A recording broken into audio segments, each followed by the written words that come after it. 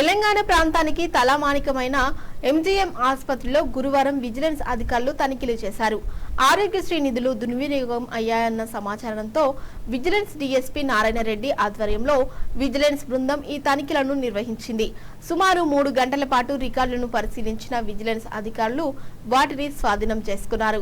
ఈ సందర్భంగా MGM superintendent మాట్లాడుతూ ఆసుపత్రిలో తనిఖీలు సాధారణమైనవేనని, కొన్ని నెలలకు ఒకసారి విజిలెన్స్ అధికారులు తనిఖీలు చేస్తారని పేర్కొన్నారు. 30 కోట్ల ఆరోగ్యశ్రీ నిధులు దుర్వినియోగం అయ్యాయని, వార్తంలో నిజం లేదన్నారు.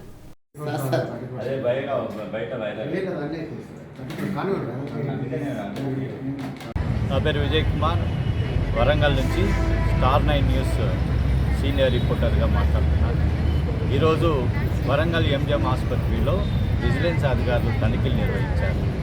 ఆరోగ్యశ్రీ నిధులు దుర్వినియోగం అయినాయన్న సమాచారంతో వారు డిఎస్పీ సత్యనారాయణ రెడ్డి అధికారి ఆధ్వర్యంలో ఈ తనిఖీలు జరిగాయి. అయితే ఈ తనిఖీలు రొటీన్గా జరిగాయి తప్ప పెద్ద విశేషం ఏం లేదని ఎంజిఎం సూపరింటెండెంట్ వెల్లడించడం జరిగింది.